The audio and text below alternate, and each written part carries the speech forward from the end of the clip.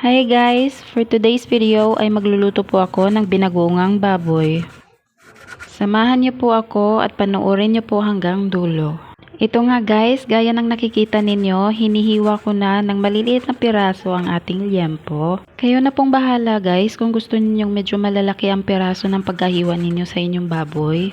3 pirasong liempo nga pala ito guys, kulang-kulang 1 kilo.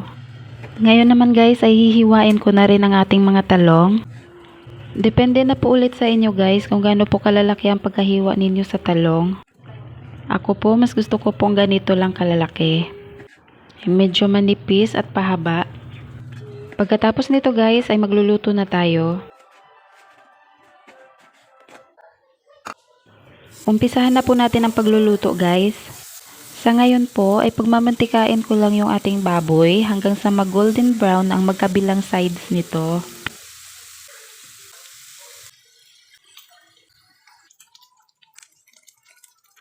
Ganito lang po dapat ang pagka-brown niya guys. Hindi naman po kasi natin kailangang tustahin ito kasi lulutuin pa naman natin siya.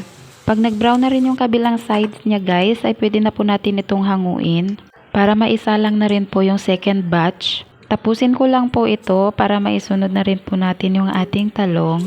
Siya nga pala guys, itong pinagmantikaan ng ating baboy, hindi na rin po natin ito tatanggalin.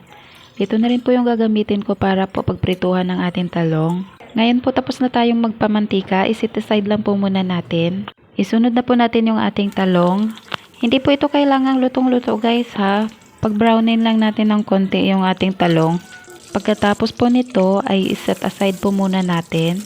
Ito pong kunting mantikang natira, ito na rin po yung pagigisahan ko. Hindi na po natin kailangang magdagdag ng mantika kasi masyado na pong mamantika ang ating baboy.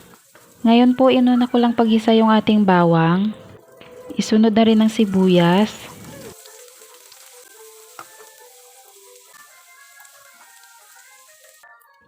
Ngayon po ilagay na ang pinagmantikang baboy.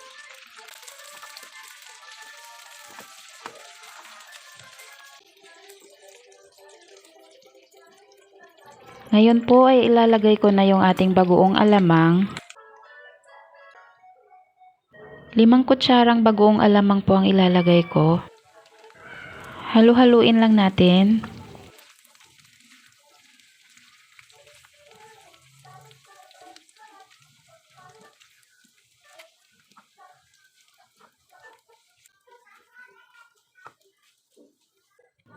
Ngayon po maglalagay na ako ng 1 kalahating baso ng tubig. Hahalu-haluin lang pagkatapos ay takpan. Nakalimutan ko po sa pagsama sa pag-isa ang ating kamatis kaya inihabol ko na lang po. Takpan po natin ulit ito at hayaan ng maluto sa mahinang apoy.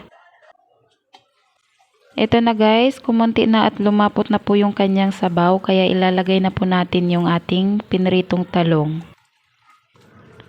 Halu-haluin lang po natin ito. Pagkatapos po haluin ay takpan lang po natin ulit ito ng mga 3 minutes. After 3 minutes, maglagay lang po tayo ng paminta at siling green. 1 siling green lang po kasi maanghang na rin po yung ating bagoong. Halu-haluin lang po natin ulit ito. Pagkatapos ay takpan natin ulit ng another 3 minutes. Makalipas ang 3 minuto, ito na po ang ating binagoongang baboy. Sobrang nagmantika na po siya guys. Yan po ang dahilan kung bakit hindi na po ako naglalagay ng mantika kasi sobrang taba po ng ating liempo. Natikman ko na rin po ito at sobrang sakto lang po ng lasa niya. Hindi po siya maalat. Maraming salamat po sa mga nanonood hanggang sa dulo. Hanggang sa susunod guys.